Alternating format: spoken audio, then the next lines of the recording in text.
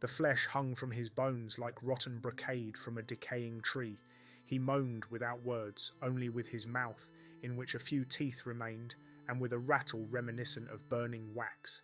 The smell from his body penetrated even the oiled curtains drawn across the windows of the prince's chambers. A silent servant sat on his knees by the bed, holding a black basin into which the sick man's blood was flowing from his sides. Dmitri Ivanovich, the conqueror of Mamai, Prince of Moscow, could no longer hold his head up. The servants called him nothing but a dehydrated skull. In a report by the steward Sebastian Koltsov, dated a week before his death, it is said, "His skin is cracked, and yellow foam protrudes from his elbows, his pupils are darting, and his eyes are bloodshot. His speech is senseless. The bedding is worn out like rotten flax." The illness began with chest pain, but among the common people, other rumours circulated. They said that the boyar Avdi, who was burned for heresy, cursed Dmitri before his death, exclaiming, "You will be without skin, prince, and without kin, and without peace." 2 days after Avdi's execution, the first boil appeared on the prince's neck. Politically, everything was in turmoil. The old boyar families were at enmity with the entourage of Princess Evdokia, who was trying to influence decision-making. The Grand Prince had not signed a single decree in the last 20 days. No seals were affixed. Papers lay on the table covered with mould. One of the scribes remarked, "The prince's chamber is like a house of the dead. It is quiet, it is disgusting, everyone is waiting." Prayers did not help. Sprinkling holy water caused the sick man to scream. He said once, "It burns like coals." Then they brought in an old believer named Neil. He looked silently, then said, "This is punishment. The body is burning for a court without repentance. This is not a disease, it is a calling." They drove him away. 3 days later, he hanged himself in his cell. Access to his chambers was restricted. Even his closest boyars could only enter with rags over their faces. One of the guards lost consciousness from the stench. Another subsequently fell ill, and his body was buried separately, far away, without a cross according to medical advice. Dmitri spent his last days in exhaustion. His eyes were open, his tongue was swollen and immobile. He was fed from a spoon. The food came back up without being digested. According to unconfirmed reports, the body had already begun to decompose before death. It smelled of soap and rotten fish. Servants placed coals and ashes under his back. The body was sprinkled with grated oak root. It was useless. Flies settled in the chambers and the walls turned black with mould. Death had not officially occurred, but no one knew whether he was alive or dead. One of the old believers claimed, "The prince is not dead, but his skin has fallen off. This is a sign of the end of his reign." The smell of a corpse wafted through the courtyard, although the prince himself was still breathing. The guards posted at the doors of the chamber were changed every 3 hours.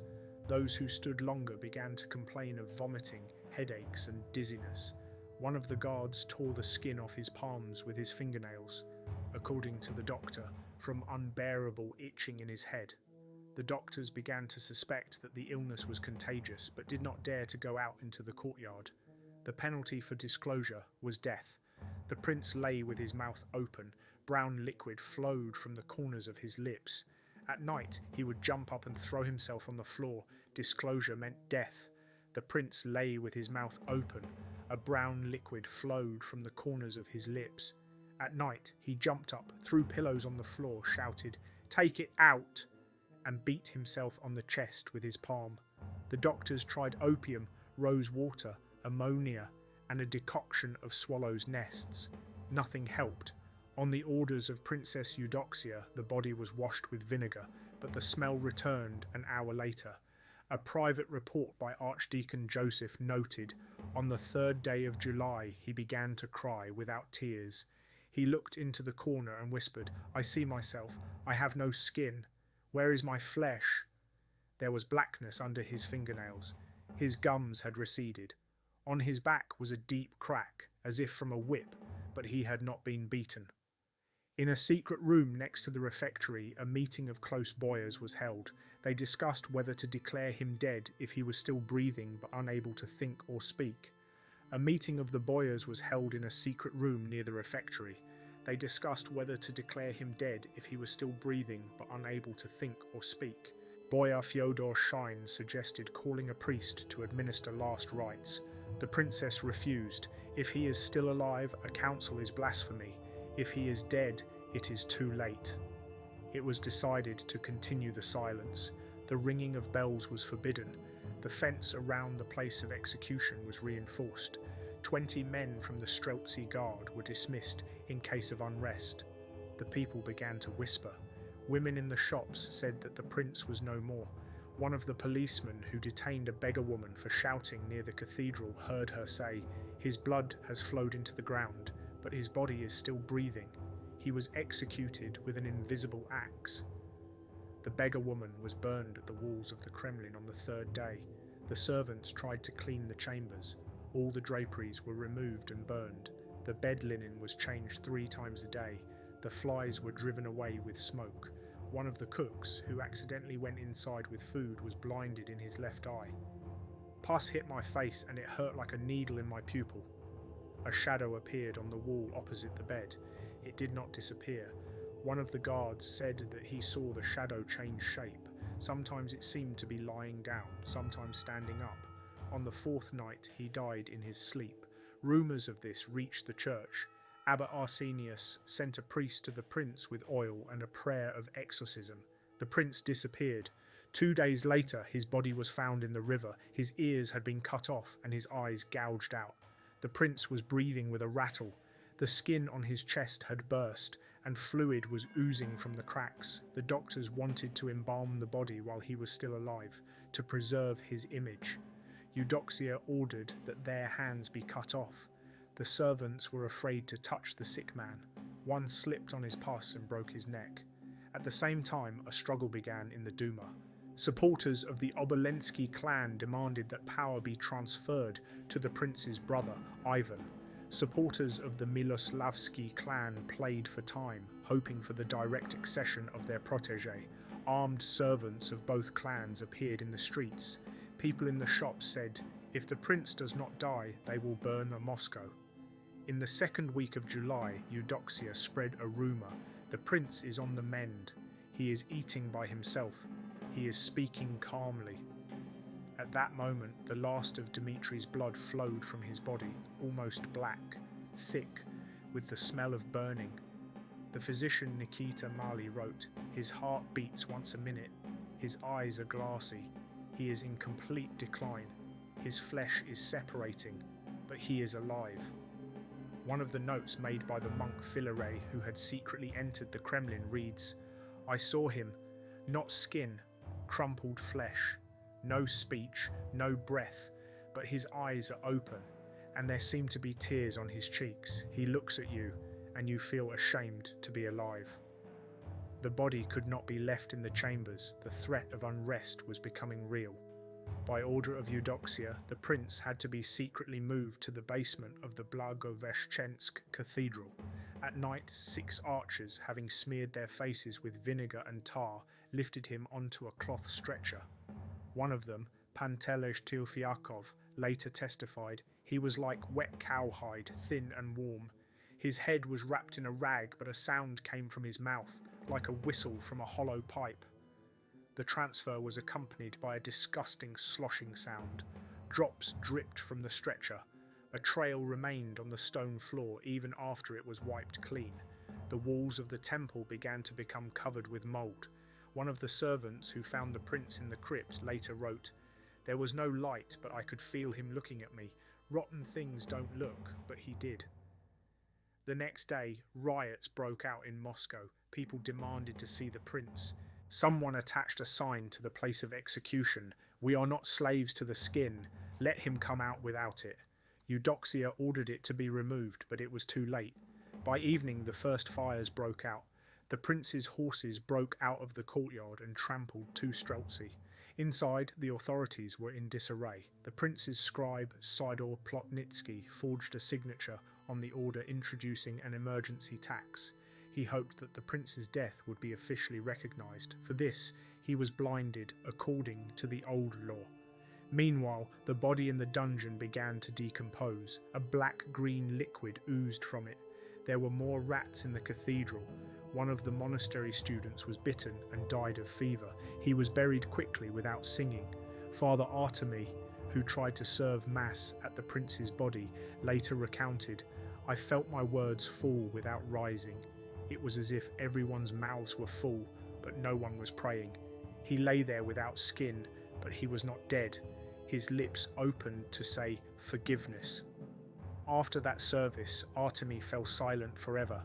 They tried to call a German doctor who had previously served at the Danish court. He arrived, examined the body and said, "This is not possible. This is not decay. This is sin."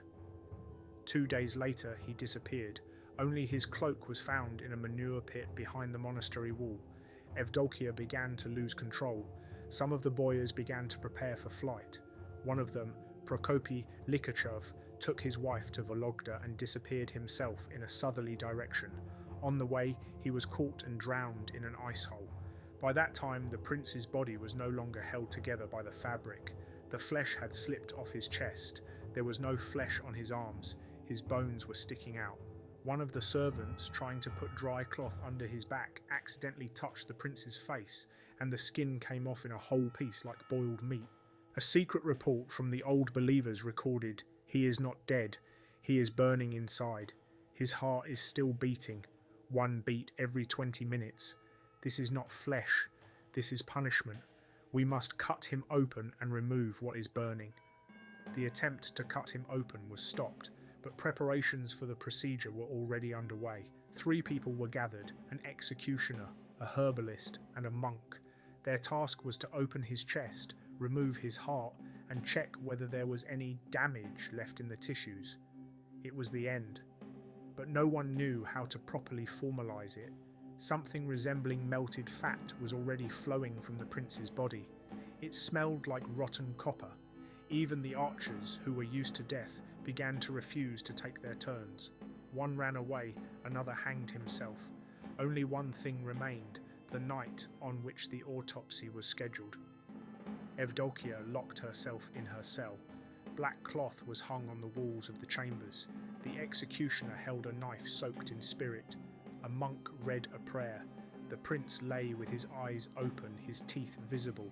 At that moment he moved his finger, just once, but that was enough. The herbalist dropped the vessel and the monk fell. The executioner shouted, "He's looking! He's looking!" That was the end of the night. The autopsy was cancelled. The prince remained lying there, not alive, not dead. Officially, Prince Dmitri was declared dead at dawn on the 15th of July. The autopsy was cancelled. The prince remained lying there, not alive, not dead. Officially, Prince Dmitri was declared dead at dawn on 15th of July. The wording in the report was dry. The body is unresponsive. There is no breathing. The heart is not beating. However, some servants claimed that his heart was still beating. One of them, Timofey Glukov, said, "When I touched his elbow, he shuddered, but I was told to be quiet. They said, 'The prince is dead and there is nothing more to know.'" The Great Duma decided to put the body on display for farewells, but for no longer than 3 hours. During this time, no more than 20 people entered the cathedral. According to the senior clerk, 3 of those who entered fainted. One boy began to scream, "He has no face! No face!" The servants dragged him outside, and the child's mother was later sent to a convent for slandering a noble corpse.